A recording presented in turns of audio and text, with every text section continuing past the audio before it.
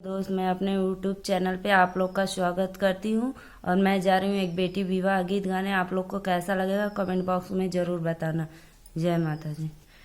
पूछे नी गिरजापति सुनाए महादेव, अरे सुनाए महादेव, अरे सिंदूराली अहा फैशनदार रे लाला नवा, अरे सिंदूराली अहा फैशनदार रे लाला नवा।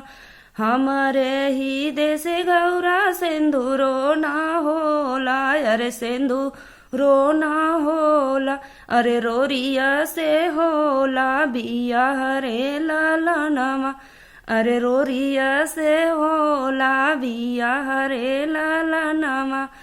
पूछे नी गिरजापति सुनाए महादेव, अरे सुना ए महादेव, अरे हरा वाली अहा फैशनदार रे लाला नवा, अरे हरा वाली अहा फैशनदार रे लाला नवा।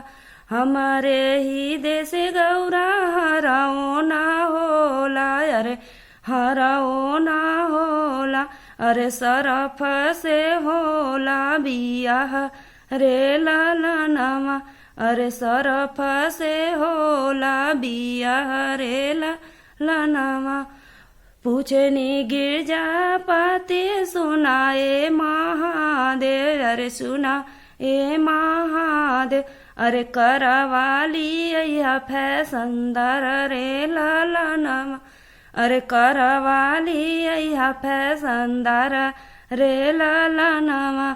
हमारे ही देश गौरा कराओ ना होला, अरे कराओ ना होला, अरे बयल से होला बियाह रे लाला नवा, अरे बयल पे होला बियाह रे लाला नवा। पूछे नी गिरजापति सुनाए महादेव, अरे सुनाए महादेव, अरे लहंगा लिया फैशनदार रे लाला नवा, अरे लहंगा लिया फैशनदार रे लाला नवा।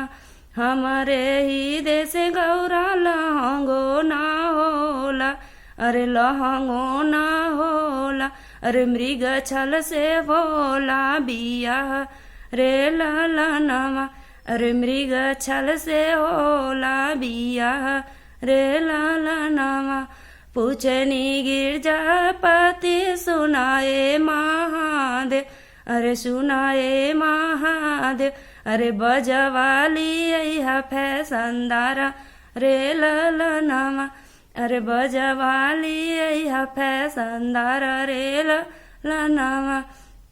हमारे ही देश गौरा बजाओ ना होला, अरे बजाओ ना होला, अरे डमरू से भोला बियाह रे लाला नवा, अरे डमरू से होला बियाह रे लाला नवा। पूछे नी गिरजापति सुनाए महादेव, अरे सुनाए महादेव, अरे ब्रातली अहा फैशनदार रे लाला नवा, अरे ब्रातली अहा फैशनदार रे लाला नवा।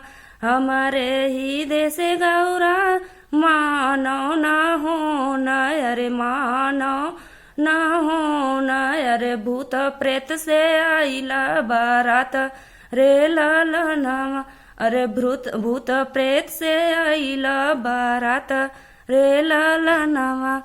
हेलो दोस्त, जय माता जी। आप लोग को मेरा वीडियो जरूर पसंद आया होगा और मेरे वीडियो को लाइक सब्सक्राइब करना। कमेंट बॉक्स में जरूर बताना मेरा विवाह गीत कैसा आप लोग को लगा।